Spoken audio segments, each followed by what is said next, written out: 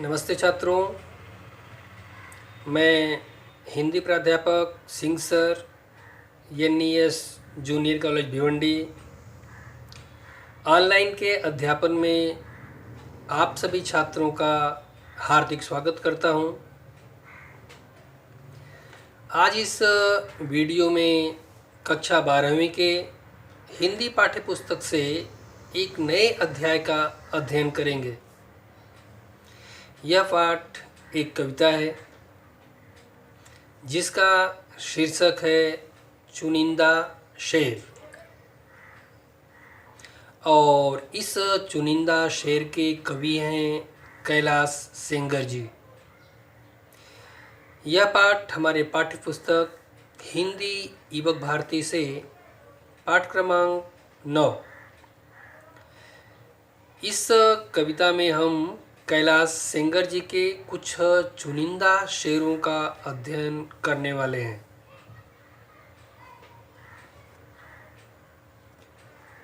तो आज हम एक नई विधा की जानकारी लेते हुए उसे पढ़ेंगे।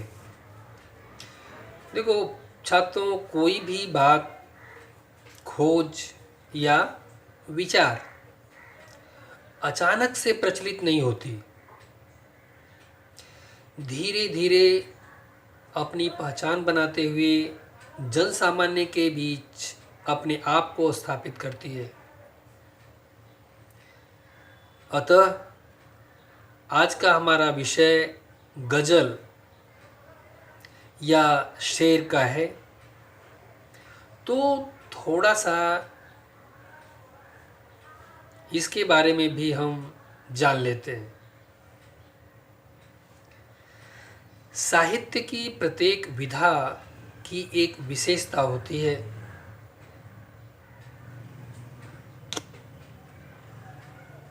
साहित्य की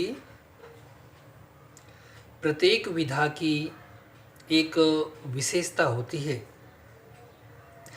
उन विशेषताओं के साथ ही इसका जन्म होता है और धीरे धीरे युग परिवर्तन के साथ इसका स्वरूप निखरता जाता है। इसी प्रकार विधा का विकास होता रहता है। गजल के संबंध में भी कुछ ऐसा ही हुआ है।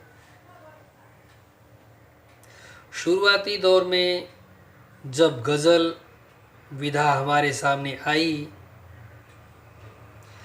तब व्यक्ति के भावों को अभिव्यक्त करने का एक सशक्त माध्यम बनी। और आज वर्तमान समय में वह कई भारतीय भाषाओं में एक लोकप्रिय विधा बन गई है। व्यक्तिगत भावों को काफ़ी समय तक गजल के माध्यम से अभिव्यक्त किया गया और धीरे धीरे समय के साथ साथ इसका भाव पक्ष बदल गया और व्यक्तिगत भावों को अभिव्यक्त करने वाली गज़ल अब आम आदमी के सुख दुख को व्यक्त करने वाली बन गई है। इसने लोकप्रियता के शिखर बिंदुओं को छू लिया है। गज़ल एक सशक्त एवं लोकप्रिय विधा के रूप में उभरकर हमारे सामने आई है। तो आइए गज़ल पढ़ने से पहले गज़ल लिखने वाले कवि का परिचय देखते हैं। तो देखते हैं बच्चों कवि परिचय कैलाश सेंगर जी का। कैलाश सेंगर जी का जन्म 16 फरवरी 1954 को महाराष्ट्र के नागपुर में हुआ।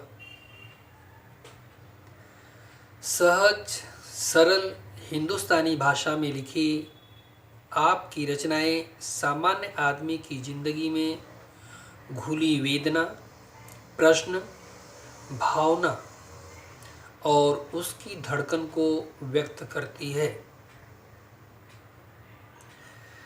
काव्य में किए जाने वाले मौलिक प्रयोगों और कथ्य के तीखेपन के कारण कैलाश सेंगर आज के गज़लकारों में महत्वपूर्ण और लोकप्रिय नाम है।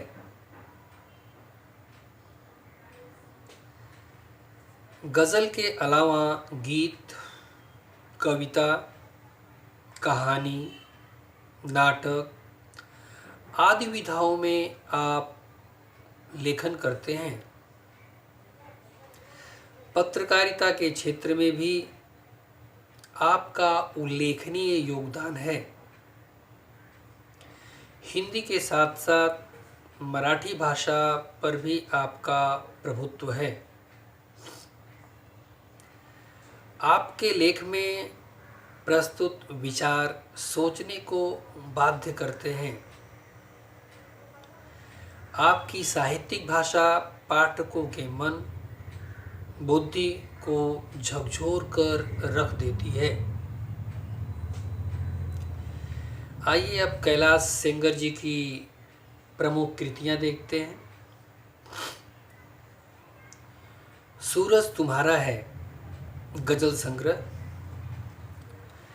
यहाँ आदमी नहीं, जूते भी चलते हैं। सुबह होने का इंतजार कहानी संग्रह है। अभी रात बाकी है अनुदित साहित्य है आदि इनकी प्रमुख कृतियां हैं। आइए अब इस चुनिंदा शेर का विधा परिचय देखते हैं। उर्दू कविता का लोकप्रिय प्रकार गज़ल है, जिसे गढ़ने में शेरों की अहम भूमिका होती है। गज़ल की लोकप्रियता के फलस्वरूप इसे हिंदी ने भी अपना लिया है। गज़ल हिंदी में आते आते रूमानी भावभूमि से हटकर यथार्थ की जमीन पर खड़ी हो गई है। इन शेरों द्वारा हिंदी गज़लों ने अपनी अभिव्यक्ति शैली के बल पर लोकप्रियता प्राप्त की है। अब आइए इस पाठ का परिचय देखते हैं। प्रस्तुत शेरों में सामाजिक अव्यवस्था और विडंबना के विभिन्न चित्र शब्दों के माध्यम से व्यक्त किए गए हैं। विडंबना के विभिन्न चित्र शब्दों के माध्यम से व्यक्त किए गए हैं। इस सामाजिक अव्यवस्था में आम आदमी की अनसुनी कराहें इन शेरों के माध्यम से कवि हम तक पहुंचाने का प्रयास करता है।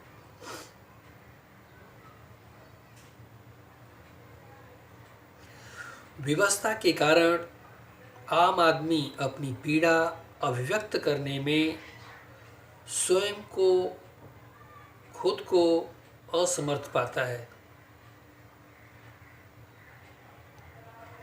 ये शेर उन्हीं विवशताओं को व्यक्त करने का माध्यम बन जाते हैं। मनुष्य की इस विवशता को और उसे समाप्त करने के प्रयासों को कवि ने वाणी प्रदान की है।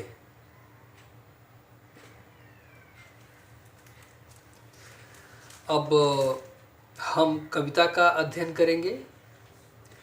कविता में चुने हुए शेरों में से सबसे पहले शेर का अध्ययन करेंगे। कविता का पहला शेर इस प्रकार है। गजलों से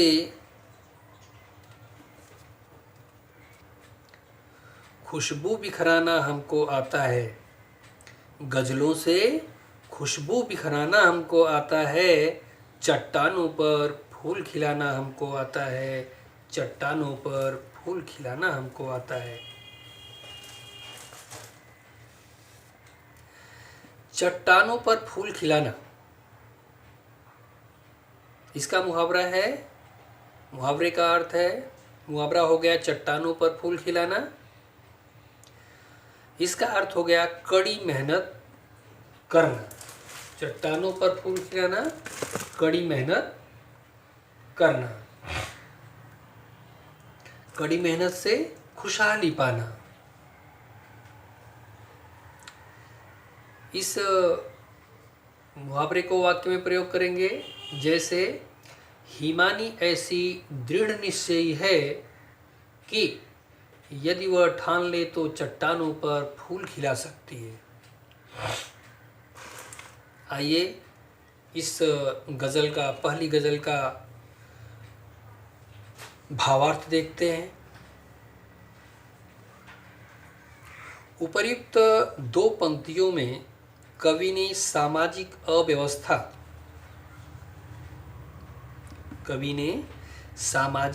अव्यवस्था और उनकी विडंबनाओं को विभिन्न शब्दों के माध्यम से व्यक्त किया है।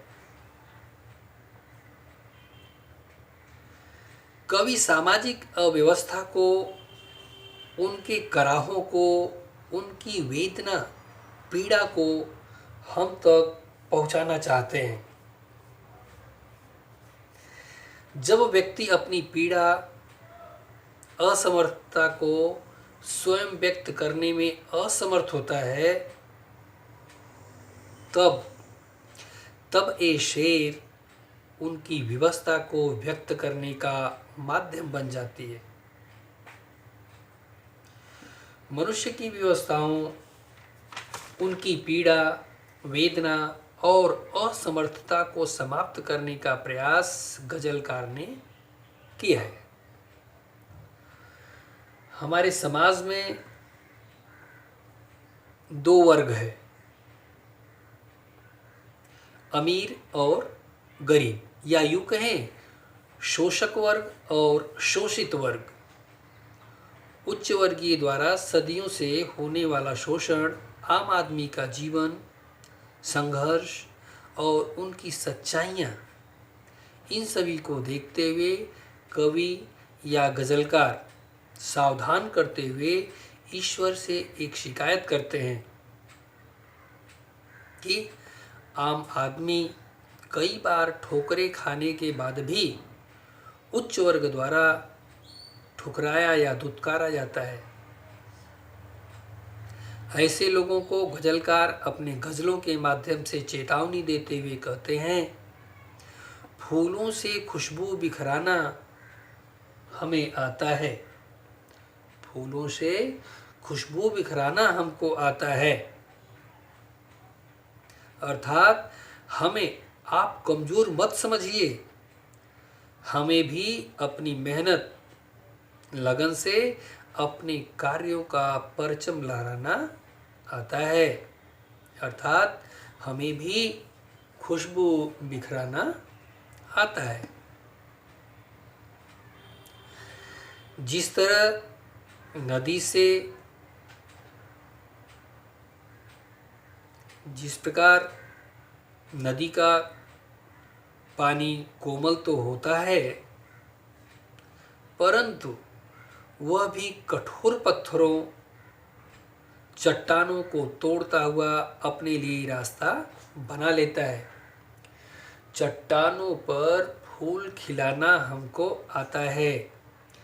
जिस तरह से नदी का पानी भी कोमल होता है, लेकिन वह भी कठोर पत्थरों, चट्टानों को तोड़ता हुआ अपने लिए रास्ता बना लेता है, ठीक वैसे ही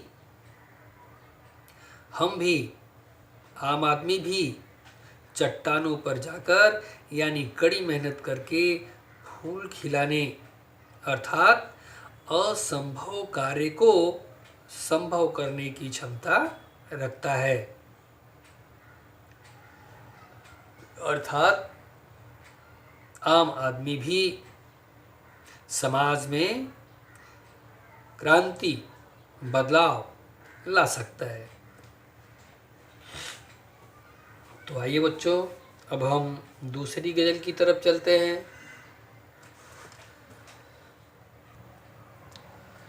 परिंदों को शिकायत है, कभी तो सुन मेरे मालिक। परिंदों को शिकायत है, कभी तो सुन मेरे मालिक। तेरे दाने में भी शायद लगा है घुन मेरे मालिक। तेरे दानों में भी शायद लगा है घुन मेरे मालिक। परिंदे, परिंदे का अर्थ होता है पक्षी।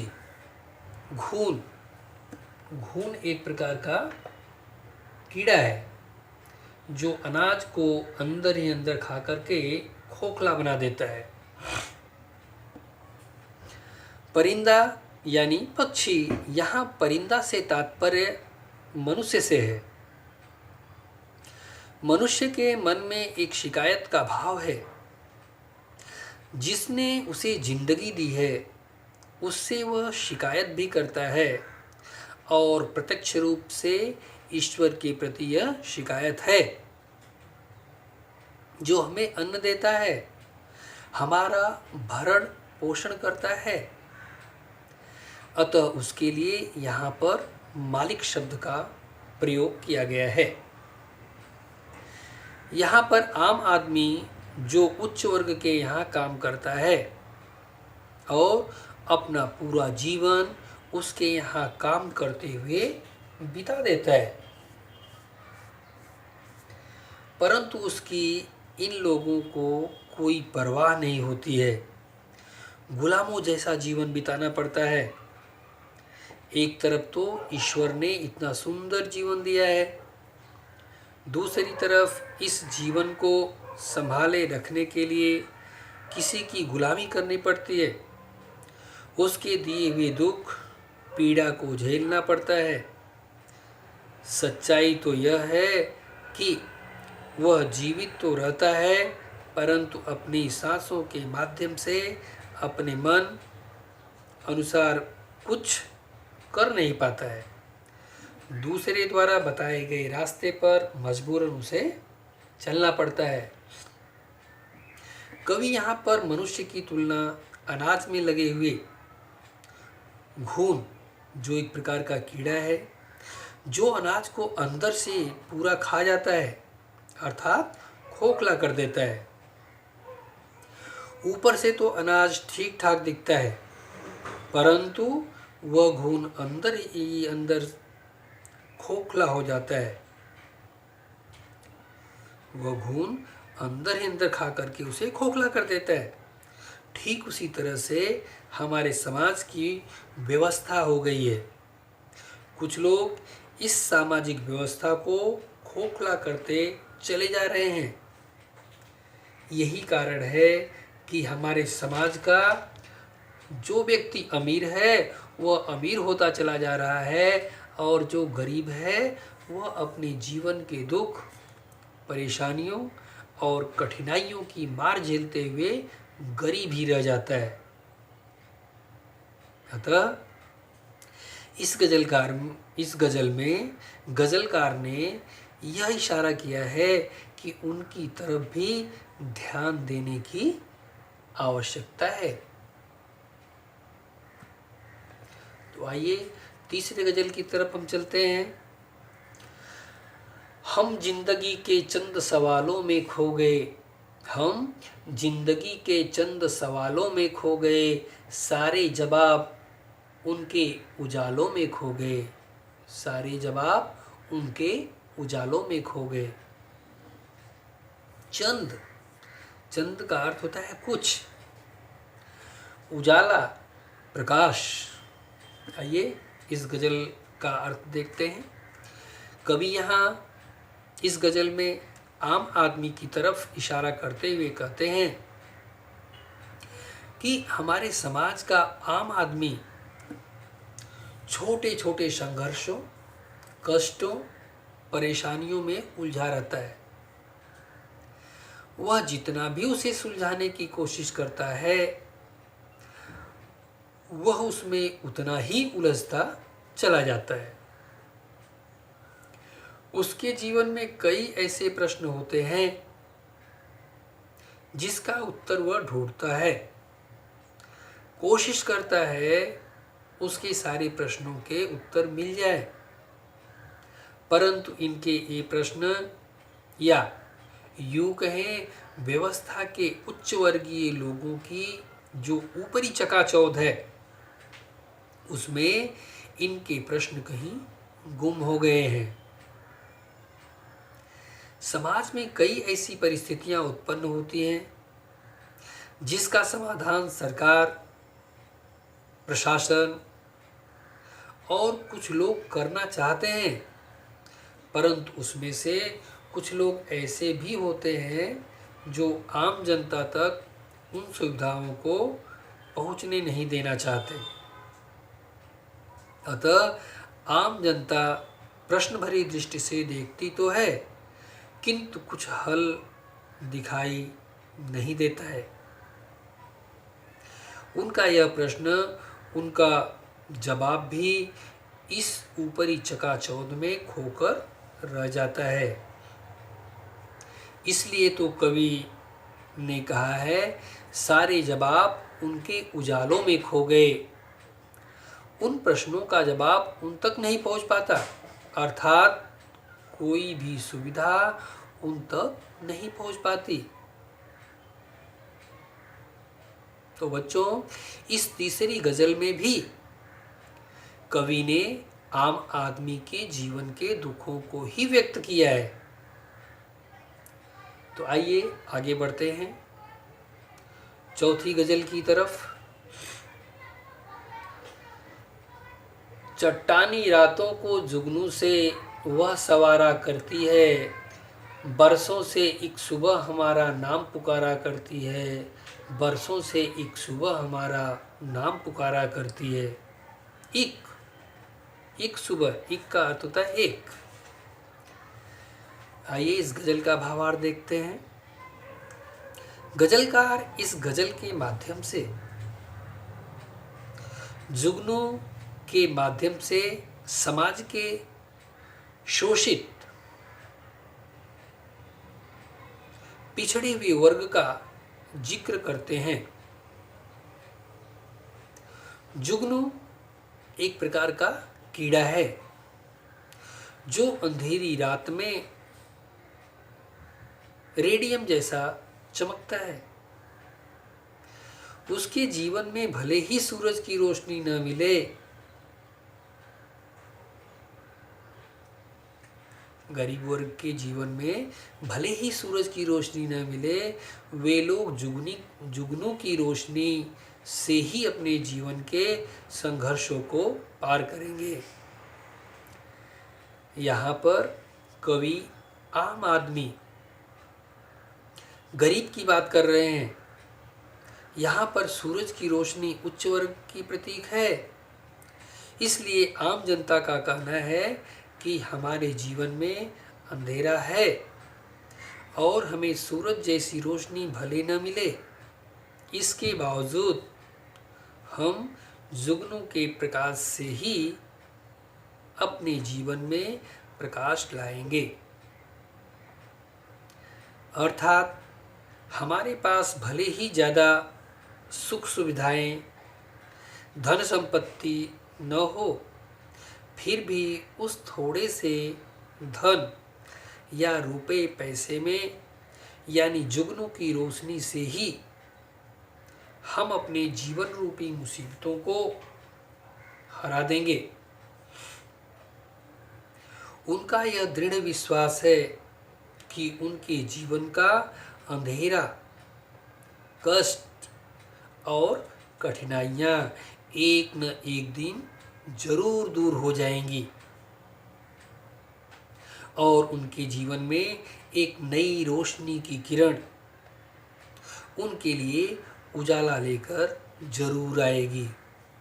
अर्थात यह चट्टान रूपी रास्ते को वह एक न एक दिन जरूर पार करेंगे, क्योंकि सदियों से यही चला आ रहा है। आम आदमी के सामने पहाड़ जैसी जिंदगी में कठिनाइयाँ, मुसीबतें उनका रास्ता रोके खड़ी रहती हैं और वह उसे पार कर अपनी मंजिल तक जरूर पहुंचना चाहता है। अर्थात उनका लक्ष्य उन्हें पुकारता रहता है और उनमें इतना जोश आ जाता है कि वह गरीब होने के बावजूद, कठिनाइयों मुसीबतों के बावजूद हिम्मत नहीं हारते। तो कवि इन पंक्तियों के माध्यम से हमें यह बताना चाहते हैं कि अपने आप पर विश्वास रखो और आगे बढ़ते रहोगे तो चट्टान को भी पार कर सकते हो।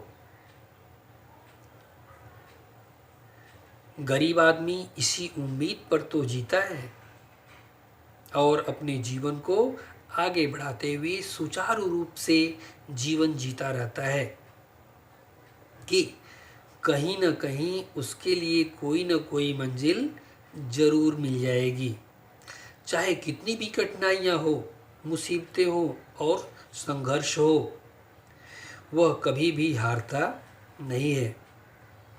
कवि कहते हैं कि ऐसा प्रतीत होता है कि हर सुबह हमारे लिए एक नया संदेश लेकर आती है। रात्रि के घोर अंधकार में जुगनू द्वारा फैलाए गए हल्के से प्रकाश में भी आशा की एक किरण छिपी होती है। तो आइए 5वीं गजल की तरफ चलते हैं। 5वीं गजल है, वह आसमां पे रोज एक ख्वाब लिखता था, उसे पता न था वह इनकलाब लिखता था, उसे पता न था वह इनकलाब लिखता था। बच्चों, आसमां का अर्थ होता है आसमान और ख्वाब का अर्थ होता है सपना और इनकलाब का अर्थ होता है क्रांति। आइए इस गजल का अर्थ देखते हैं। तो बच्चों, आज इस आम आदमी रोजमर्रा की मुसीबतों से थक गया है और अपने अभावों से भरी जिंदगी को बदलने का नित्य नए सपने देखता है। जागती आंखों के सपने। वह सोचता है आज नहीं तो कल इस जीवन की समस्याओं से उसे छुटकारा मिलेगा और इसी आशा उम्मीद के दीपक को वह अपने हृदय में जगाए रखता है।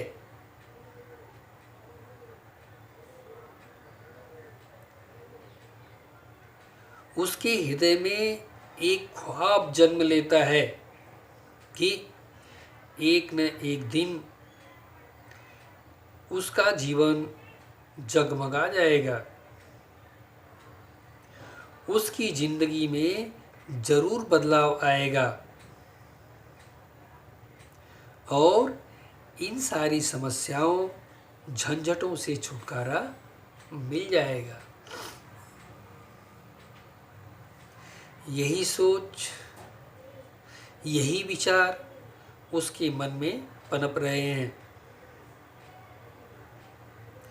वह और कुछ नहीं बल्कि उनके सपनों में, उसके विचारों में क्रांति का बीज छुपा है, क्योंकि उनकी परिस्थितियों में कोई बदलाव नहीं आता है और वह न जाने कब कैसे इनकलाब लिख बैठता है।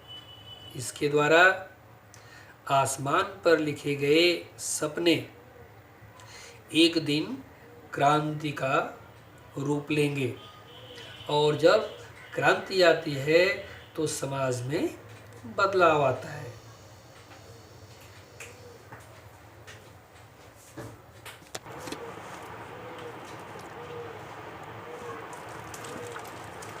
छठवीं गजल देखते हैं बच्चों। हंसी से अपने आंसुओं को छुपा कर देखो, नया मुखौटा ए चेहरे पर लगा के देखो। हंसी से अपने आंसुओं को छुपा कर देखो, नया मुखौटा ए चेहरे पर लगा के देखो। तो इस गज़ल का स्पष्टीकरण देखते हैं। कवि इन पंक्तियों के माध्यम से कहते हैं कि हंसी और आंसू, हंसी और आंसू मनुष्य के जीवन के दो अंग हैं।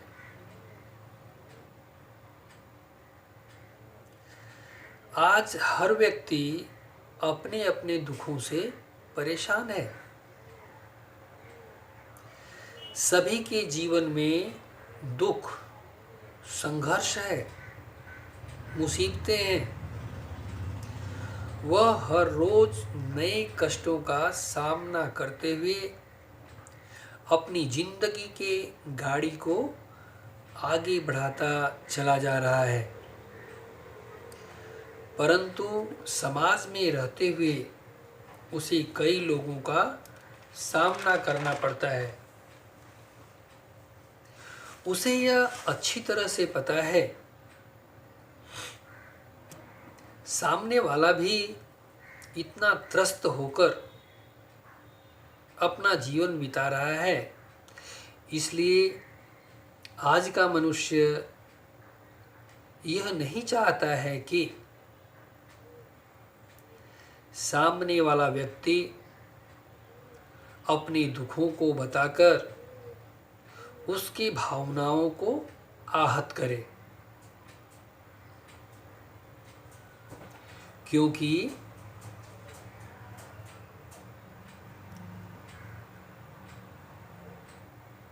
वह तो पहले से ही परेशान है। तो बच्चों, यहाँ पर आप अक्सर देखते हैं कि कोई भी आदमी मिलता है तो अपने दुखों की बात करता है, अपनी समस्याओं को के बारे में ही बताता है। इसलिए जब हम लोग किसी से अपने दुख की बात करते हैं या बताते हैं तो सामने वाला व्यक्ति कहता है कि हाँ भाई, सबके जीवन में यह दुख है। हर एक व्यक्ति खुश रहने का नाटक करता है।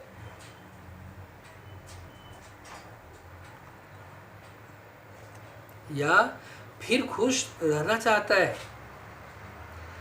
भले ही ऊपरी दिखावे के लिए सही, परंतु वह यह नहीं चाहता है कि अपने दुखों की पोटली को दूसरों पर थोप दिया जाए।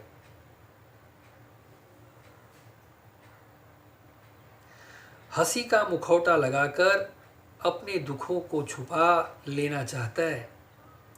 उसे अच्छी तरह से पता है सबकी स्थिति एक जैसी है।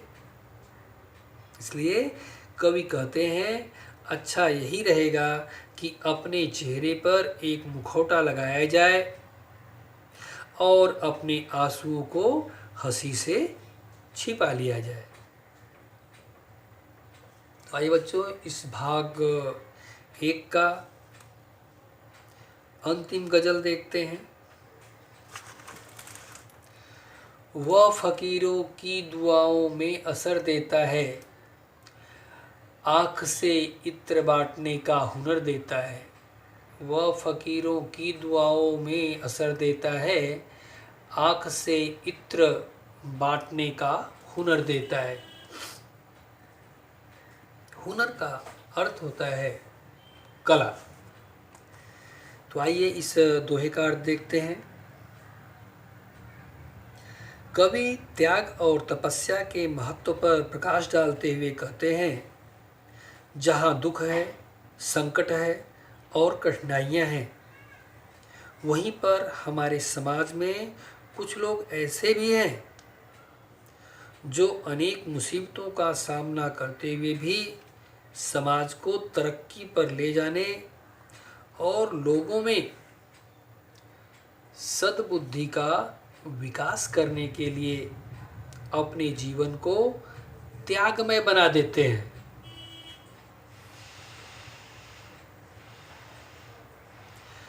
वे अपनी तपस्या से हमारे समाज को, देश को सुदृढ़ बना देने का संकल्प लेकर चलते हैं ताकि हमारे समाज की भलाई और उत्थान हो सके।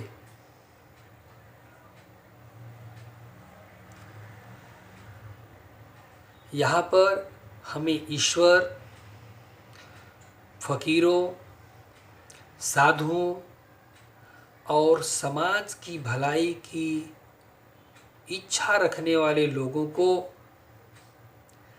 ऐसी शक्ति प्रदान करता है कि उनके मुख से निकले आशीर्वाद सच होने लगते हैं।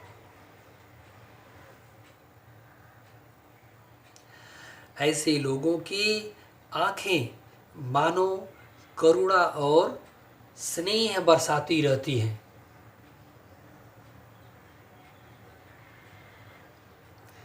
तो बच्चों, इस चुनिंदा शेर भाग 1 में हम लोग इतनी गज़लें पढ़े और शेष गज़ल भाग 2 में पढ़ेंगे।